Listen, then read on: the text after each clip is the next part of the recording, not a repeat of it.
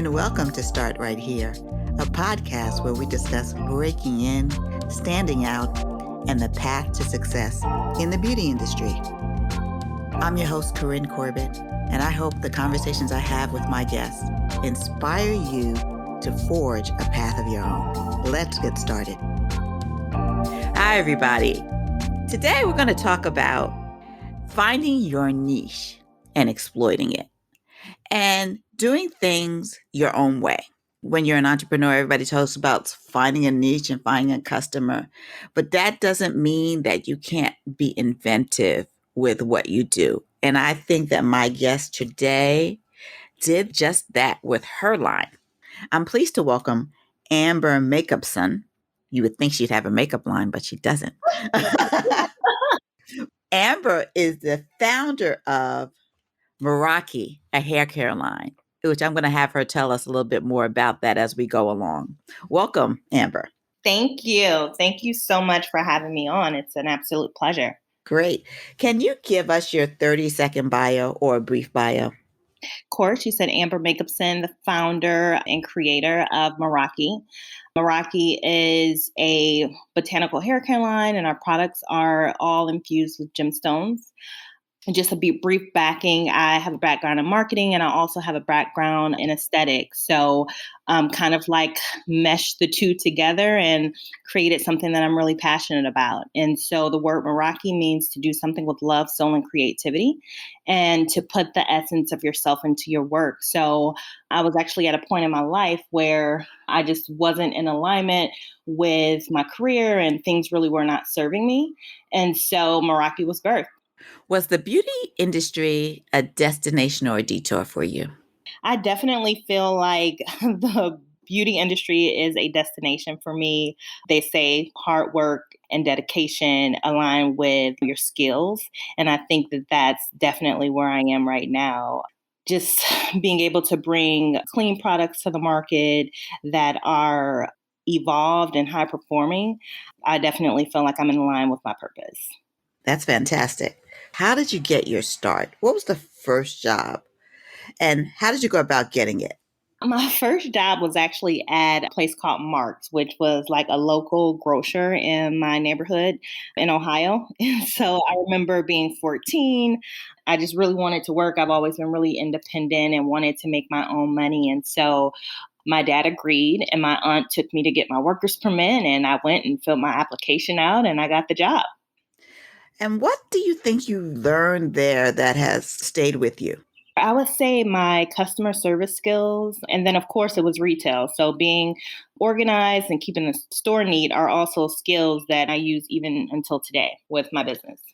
You mentioned that you have a background in aesthetics. How did you land there?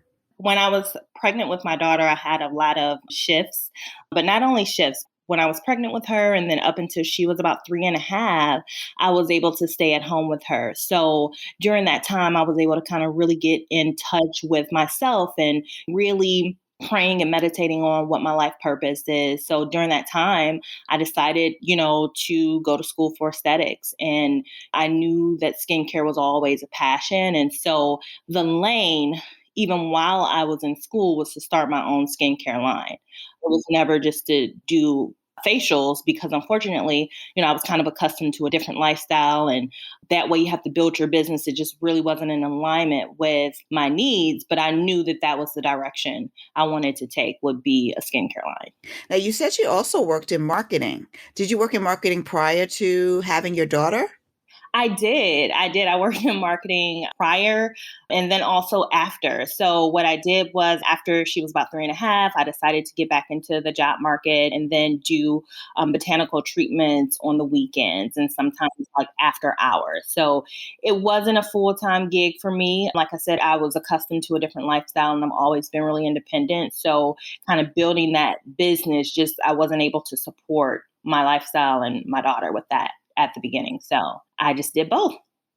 I understand. So what kind of marketing did you do? I actually did corporate marketing for software companies, and I actually still do that to this day. So I'm doing both currently. I am in the process of transitioning, but I haven't transitioned yet. So right now it's been software. I was doing internet software. So like SEO, SEM, or websites and just marketing for businesses online. When the huge internet boom hit, I was kind of at the forefront of that for businesses.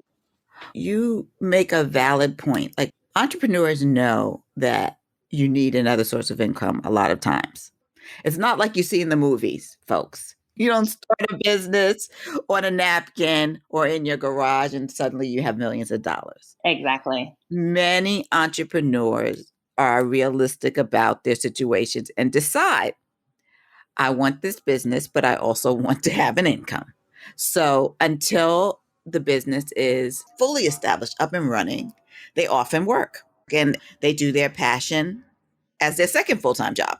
I agree. And I think that the way that social media is structured nowadays, they kind of paint this picture to where having a job is a bad thing. And to me, even if it's not a job, but I think we need to normalize having multiple streams of income. I mean, even Meraki, when it gets to be 100 million, like guarantee I'm going to have my hands in a lot of different things. It doesn't have to be just one, which is still considered multiple streams of income. That should be the norm, and not looking at, oh my gosh, do you still work your corporate job or your 9 to 5? And it's not a bad thing. Like, yeah, I do. And I also have a daughter to feed. And that is what is currently funding my business. So I just don't like the fact that people look at it as like a bad thing. And like you said, as an entrepreneur, we know that that's what it takes. So it's just the mindset, I think.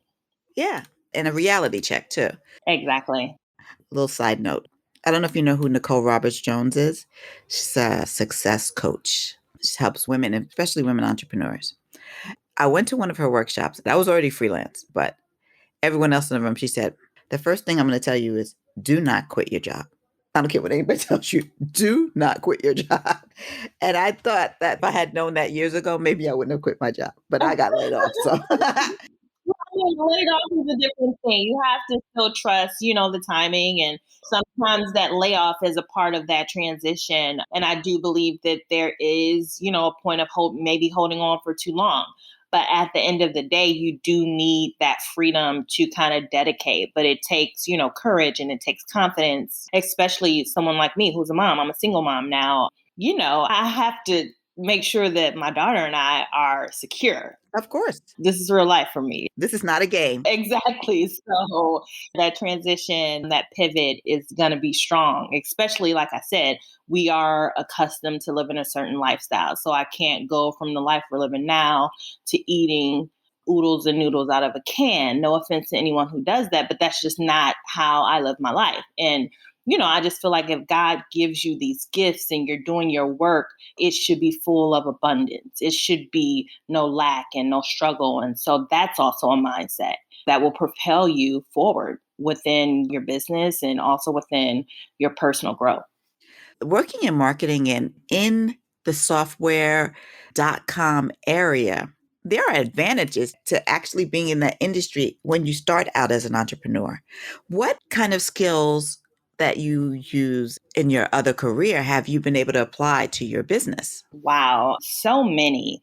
But I think the main skill that I've learned is that it's actually a skill and that I'm good at it and that I actually love doing it. And actually, before I started Meraki, fun fact, I was thinking about starting a marketing company, learning the ins and outs, but just also having a passion for being creative when it comes to branding and also just kind of understanding algorithms. Like my brain loves all of it. It's just weird. I'm like, why am I like this? But it just is, like I love it.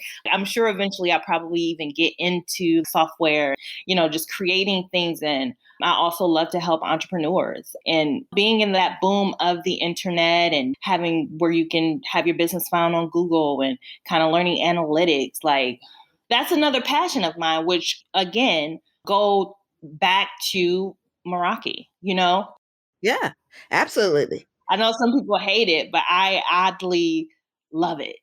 And even if they hate it, they need to learn it. There are things as an entrepreneur that you have to understand that are part and parcel of the work, even if you don't like them, like selling, marketing your business and being the mouth of your business and the face of your business is your job, like it or not.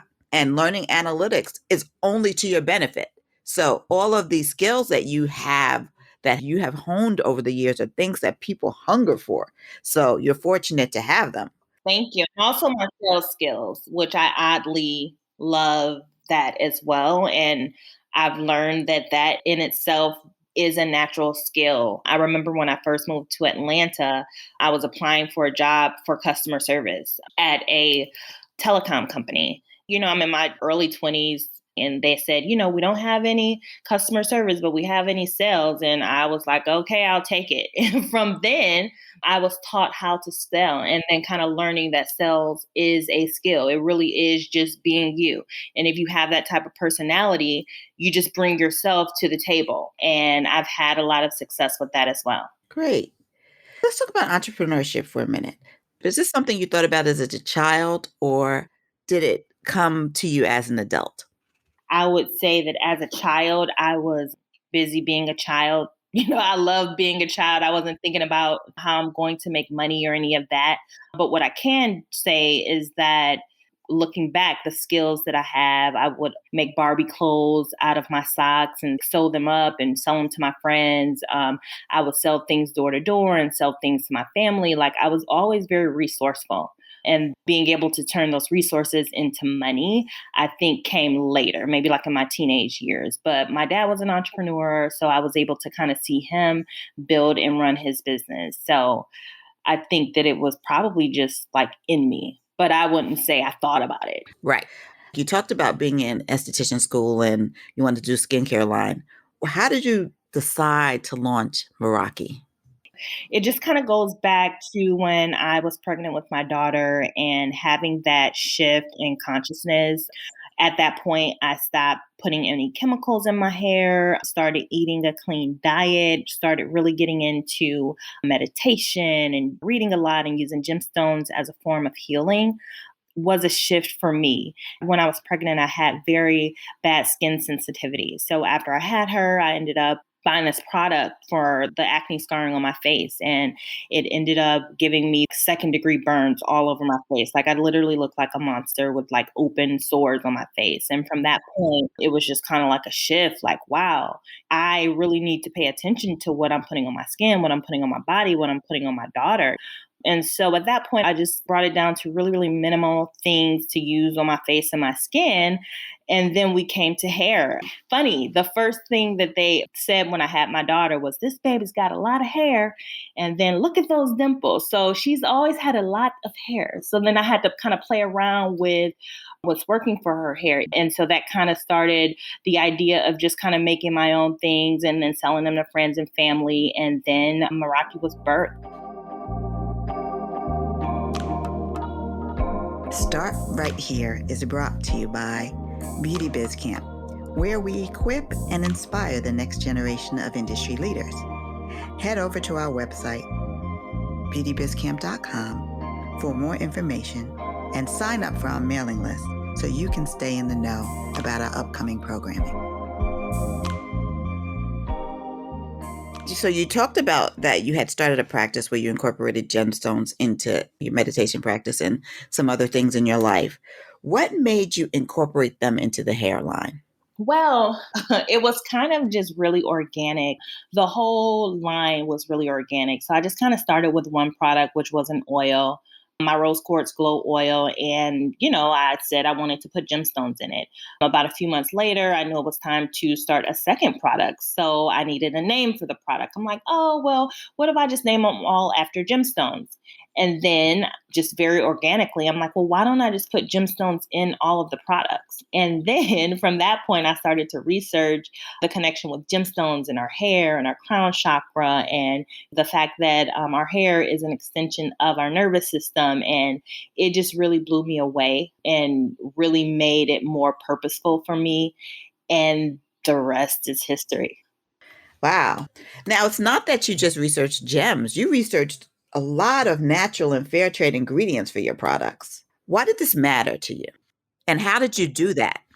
So I am just like an avid researcher. I mean, I will research anything and everything till my eyes just can't open anymore at night because I love to learn and I love to teach myself things. So it was really important after researching, learning that products that are marketed to women, specifically women of color, have more toxins in our products compared to other nationalities. That was just very disturbing to me. It really interacts with our endocrine system, which then affects our hormones. And, you see things like early puberty in our girls and cystic fibroids. I couldn't believe it. Like, it literally just blew me away to the point where it was not only a hair care line, but I'm like, this has to change. I just couldn't believe that is what was happening. I never knew. And so it was really important to me to have clean ingredients as the core of my line, just to have something that was safe and also in turn having a highly effective line because it has to work. My daughter and I, we have a lot of hair. It can't just be a cute line with botanicals. Like, it has to be highly effective. So I really took the time to just kind of research different ingredients from other places. And I was really drawn to the Ayurvedic culture and the things that they use that are healing. Like, for an example, amla oil, which is one of their master healers, and just really bringing something that is healing and nourishing to the market. This sounds really fascinating. I mean, if you're going to go deep, you're going to have to really be a researcher in order to find those things. Who are the products formulated for? Can anyone use the products? Are they based on specific hair types, or is this more of a psychographic customer? So for me, I wouldn't necessarily say psychographic. What I would say is that my products are for all hair types. The core of my products is to insert nutrients and vitamins into your hair and also hydration, which all of those things are the core to any hairstyle. So I would like to just focus on hair care. And so they're very versatile. I've gotten a lot of great feedback from all nationalities. And I really wanted to make sure that I wasn't putting myself in a box in terms of like inclusion. Like, I know what it feels to be left out. I know what it feels to see a product and knowing that no one that looks like me is on the bottom. So I just wanted to make it accessible to everyone, being that my products also have a spiritual element to it. I really needed to elevate that to leave it open to whoever's drawn to the product. And that is exactly what's been happening. So even for me, I always knew that it's always a marketing thing. I've been in marketing. I've also used products like Fakai when I was in high school that, again, no one looked like me on the bottle, but I know a great product when I see one. Got sophisticated taste. For Kai in high school is sophisticated I taste. know. How many SKUs are in the Meraki line now? We currently have 5 SKUs, and I'm scheduled to launch 2 more products this year. Do you make the products yourself, or did you get a manufacturing partner or a chemist involved? How did you get from concept to actually producing the product? Sure. So, concept was all me, kind of having that vision I talk about all the time. But I do have a few chemists on my team that have worked with me to formulate the products. And from there, up until today, I've been making them in my kitchen. I love this manufacturing question because I just had this question on a podcast about 6 months ago. And not surprisingly, I'm still in that process. So it is a very challenging process, but it's one that has to happen as I am in the process of scaling. Thank God my business is doing very well. So, what has to happen is my products have to be reformulated using commercial ingredients so that they can be made at a warehouse. And so making sure that everything is standard and kind of going back and forth with each product. And then one of my chemists just had a baby. So she was out for like a month. My mom passed away. So I was out for like a month. It's like this whole process, but everything is kind of coming along. It's better to take your time with it because you don't want to choose a manufacturer that ends up not being the right fit. So, in some ways, the slowdown could be purposeful. And I think for me, it was, although because my business was growing at such a rapid pace, I have been fortunate to already have purchase orders. Like, that was the whole point that kind of drove me to manufacturing. I'm like, well, I can't produce all of those in my kitchen. I have to start. And so I was having a hard time finding a fit. And towards the end, then I received another purchase order, and then my products were selling out. And it was important to me to have a manufacturer here in Atlanta. This is my baby. I need to know what's going on. I need to know these people. I need to pop up if I need to. So Yes. Just like your kid at Great Tier or something like that. exactly. Talk about divine timing, like right at the final hour, because I found one, but I really wasn't secure. It was a few things that I did not like, but at the final end, I'm like, let me just try one more time. And I literally called about 100 places and went to go visit almost half of them. And finally, found something that I was in love with. And I'm really big on energy. Like as soon as I walked in, I just literally felt like a weight lifted off my shoulder. And I've heard that it's like a marriage, and it really is. I mean, my business are my products. So I have to make sure that they're in great hands. And not only that, that there is no limit to how I can scale. So not saying, oh, I can take you here up to 20,000 units, but if you go up to 500,000, you have to go somewhere else. Like that was really important to me. Again, we talk about those boxes and those glass ceilings. Like I need just as much space and room to grow as virtually possible. And so they're able to supply that. The guy is great. He's had the facility since 1980. And that's important to me. I want people who are also in their passion and they're not just getting up and going through the motions. And then also energetically, because my products are energetically infused, I just have to be aware of those things. Like, what type of environment is this? And so, yes, we have found a manufacturer and are scheduled for production in June. So I'm really, really close. And I can't wait because my apartment looks like a warehouse. And I'm so ready for this next step. And I'm launching in a few places. And so it was like necessary. It wasn't like, oh, I think I want to just, make more product. It's like, no, you don't want this opportunity to pass. Like you have to strategically make sure that everything is in alignment. That's fantastic. Congratulations on that. Was it hard to source gemstones as you scale? It's one thing to make stuff at home. So as you're scaling, you're sourcing commercial ingredients, but then you got to also source a whole lot of gemstones as well.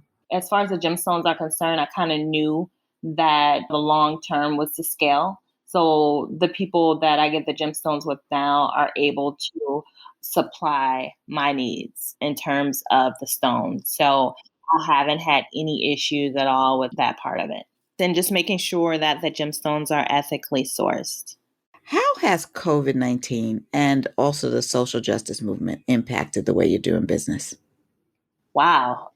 Well, I literally just did a rebrand for my business in April, right when everything shut down, thank God, because I feel like in terms of media, my products were now structured and aesthetically ready for that shift. With social justice, my business has been highlighted in about over 40 publications. 20 of those are geared to Black owned businesses, which I'm so thankful for. People definitely have rallied around that and wanted to support my business being Black owned.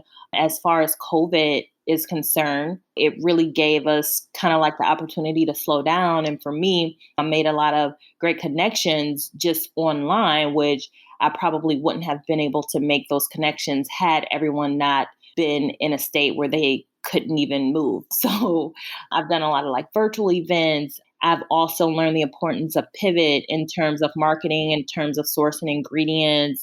It's really hard in the beginning. The hand sanitizer boom. I mean, all of the packaging was going to hand sanitizers. And it was really hard to just kind of find packaging because people were making millions of bottles of hand sanitizer. So that was a big one. But like I said, my business is a COVID baby. And I'm thankful for that. And, it really is amazing how something that seems so detrimental to the whole collective can be something so uplifting. But to me, it's just a testament of my brand and what I stand for, really being in line with that self-love. And also hair care, shampoo specifically, is a necessity. You have to wash your hair. So that has also really helped. Oh, that's fantastic. And I love that your brand got spotlighted in so many outlets so that the word about it continues to spread. And that you made the distinction earlier that you're Black founded, but not just for Black people. Yes, that was very important for me. Like I said, I do not like to be put into a box. And I know what it's like to not be included. So why not include everyone? And that was the basis of my line, even before the social justice. But even now, it's like, wow, I really feel like I am connecting women through hair care. Like I said, I have salons in Australia, I have people internationally, Germany, Canada. It really is connecting all of us. And to me, is more on a soul level. Like it is about the products, but it's about so much more about womanhood and about making sure women are safe in terms of ingredients. Like, why should we have to worry about that? It's our hair. And most of these brands were founded by men. What do you know about our hair? I mean, clearly you don't know a lot because you're putting chemicals that can possibly kill us in our products randomly. And I'm happy to announce that I just won a Women's Health Best Beauty Award for my conditioner. Fantastic. Thank you. They're announcing that on Tuesday. And so to me, that's kind of huge because it's kind of like full circle on why I'm here and what my brand stands for.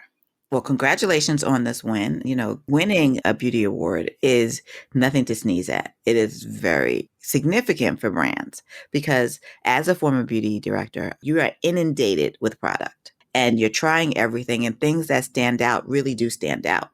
We are like human testers, but we do recognize a great product when we see it. And so yours is obviously a great product. That's why it won. Thank you so much. So you talked about adding a couple of more SKUs to the line, but what do you see for Meraki in the future? What are your goals? The goal is expansion right now, making sure that I'm able to expand my reach globally. Like I said, I do already have salons in Australia, but I want to make sure I've been contacted by people in Africa, contacted by people in China. I really want to be in the position to where I can grow Meraki as a global household name, put my stamp on the industry. And then in turn, also being able to expand into skincare and have a men's line and also have a reach for babies and children. And so really kind of making that pivot for the brand and having a space in the industry to where I'm known in the market for great products and clean beauty and bringing things that are innovative and progressive. I think it's a great one, and I can see you doing it. What do you think the unsung skill is to be an entrepreneur like yourself? Tenacity. I talk about it all the time. You're going to get knocked down. You have to learn to get back up. There's a lot of ups and downs, but you have to learn how to thrive from the things that you lost or the things that weren't so great in life and then in business, that whole balance. And I think that that's what it takes because it's just not a walk in the park. Again, another one would be like holding that vision of what the brand is. Even from the very beginning, I've always had a vision and I've kind of always stuck to that vision no matter what. Even when I had one product, I knew where I wanted to be. I knew my place in the market. And even to this day, it's still the same vision. The vision has gotten bigger as I've grown, but that vision is the same. That's very, very clear. And for people who want to be entrepreneurs, hearing these stories and understanding that most people don't come to the market with a full-fledged line. They come with one product to see, and they grow from there. And it's baby steps. All of it is baby steps. So being tenacious is necessary to survive. I agree. Not just in business. I think that, in life will throw those curveballs. It happens in business, but you learn it from other areas of life. So it doesn't just show up. So when it hits with the business, you're like, okay, well, I can handle this. It's that strength, it's those tests that you have taken and then in turn made them into learning lessons and stepping stones. Now let's move on to our fast track questions. What is the first beauty product you ever purchased? I would have to say it was lip gloss, if I can remember well. They had those fruit flavors. I don't even know what it was. They don't make them anymore, but it would have like the fruit on the top of them. And, I had all the colors and flavors. And you had a caboodle. Let's not forget that. The caboodle is very important. Yes, I love my caboodle. My daughter has caboodles now. I'm like, girl, I know about caboodles. What is the most recent product you tried?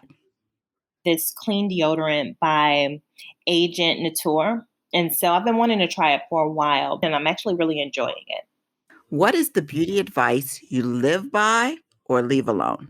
Living by the idea that I am perfectly made helps me, just seeing my beauty and seeing the beauty in everyone. Like, God did not make mistakes, just claiming my beauty because God made me perfect, I think is very important, and that's also what I teach my daughter. Like, we're all beautiful in our own sense, in our own rights. What is the gemstone you love the most and why?